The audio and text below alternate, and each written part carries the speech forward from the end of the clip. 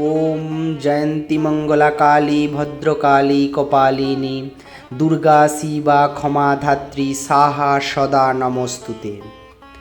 প্রিয় দর্শকবৃন্দ, ভক্ত ও অনুরাগীবৃন্দদের জানাই আন্তরিক শ্রদ্ধা, প্রণাম ও ভক্তিপূর্ণ ভালোবাসা। আমরা আগের দিনের একটা ভিডিওতে আপনাদের কাছে জানিয়েছি কিভাবে ঠাকুর শ্রী রামকৃষ্ণ দেব মা শারদাকে ষোড়শী রূপে পূজা করেছিলেন।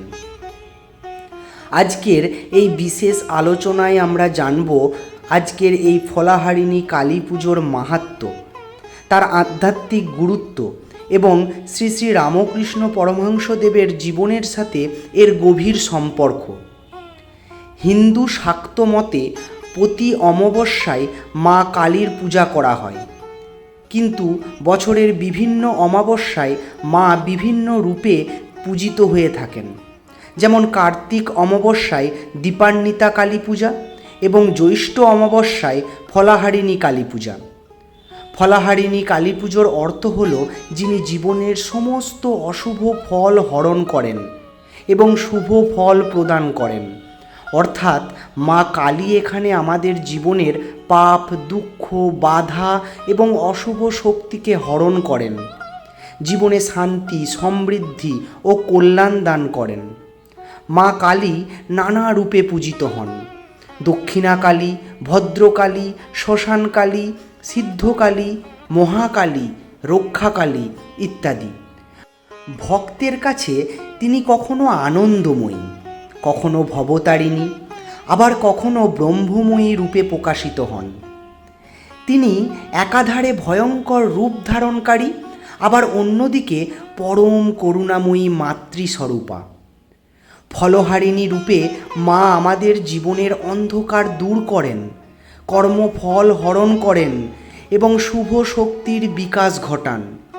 তাই বলা হয় তিনি ফল হরণ করেন, অর্থাৎ আমাদের জীবনের অশুভ ফল, দুঃখ, ব্যর্থতা হরণ করে শুভ ফল প্রদান করেন। শাস্ত্রমতে এই দিনে ভক্তরা মাকে বিভিন্ন মৌসুমি ফল যেমন আম, কাঁঠাল, লিচু, জাম ইত্যাদি নিবেদন করেন। অনেক স্থানে ফুলের পরিবর্তে ফল দিয়ে দেবীকে সাজানো হয়। ভক্তদের বিশ্বাস এই দিনে আন্তরিক ভক্তি সহকারে পুজো করলে জীবনের বহু বাধা দূর হয় এবং মনস্কামনা পূর্ণ হয়।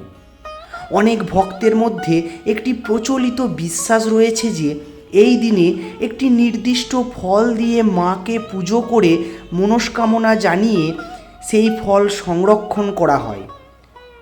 পরবর্তীতে ইচ্ছা পূরণ হলে সেই ফল গঙ্গায় বিসর্জন দেওয়া হয়।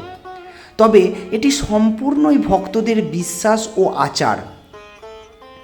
মা কালী ভয়ঙ্কর রূপে দেখা দিলেও তিনি প্রকৃতপক্ষে পরম করুণাময়ী। তিনি এক হাতে আশীর্বাদ দেন এবং অন্য হাতে অশুভ শক্তিকে বিনাশ করেন। তাই তার কাছে ভয়ের কিছু নেই, শুধু ভক্তি ও আত্মসমর্পণই সব। ফলহারিণী অমাবস্যায় অত্যন্ত পবিত্র একটি তিথি। ভক্তদের বিশ্বাস এই দিনে মা কালী জীবনের সমস্ত অশুভ শক্তি দূর করে দেন, রোগ, শোক, দুঃখ, অশান্তি দূর হয় এবং বিদ্যা, যশ, ধন, শান্তি ও সমৃদ্ধি বৃদ্ধি পায়।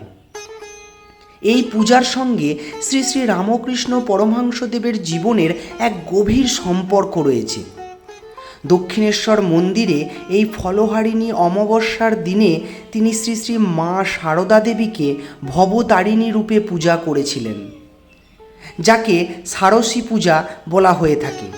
ষাড়শী শব্দের অর্থ ষোড়শী বা নব যৌবনের প্রতীক।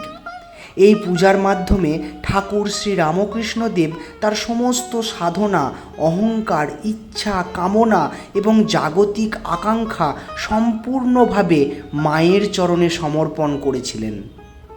তিনি উপলব্ধি করেছিলেন এ জীবনে সব কিছু, সুখ, দুঃখ, ভালো মন্দ সবই ঈশ্বরের ইচ্ছা। তাই কিছুই নিজের নয়, সবই মায়ের লীলা। এই উপলব্ধি তাকে পূর্ণ আত্মসমর্পণের পথে নিয়ে যায়। এই পূজার মাধ্যমে তিনি দেখিয়ে দিয়েছিলেন যে সত্যিকারের ভক্তি মানে নিজের সব কিছু ঈশ্বরের চরণে অর্পণ করা।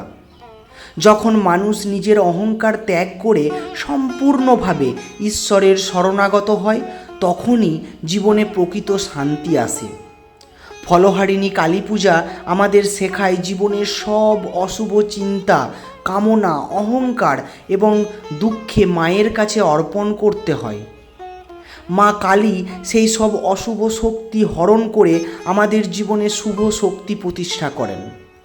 অতএব এই পবিত্র তিথিতে আমরা সবাই যেন মায়ের চরণে নিজেদের সমস্ত কর্ম, চিন্তা ও জীবন সমর্পণ করতে পারি এবং তার কৃপায় জীবনে শান্তি, ভক্তি ও মুক্তির পথ লাভ করতে পারি।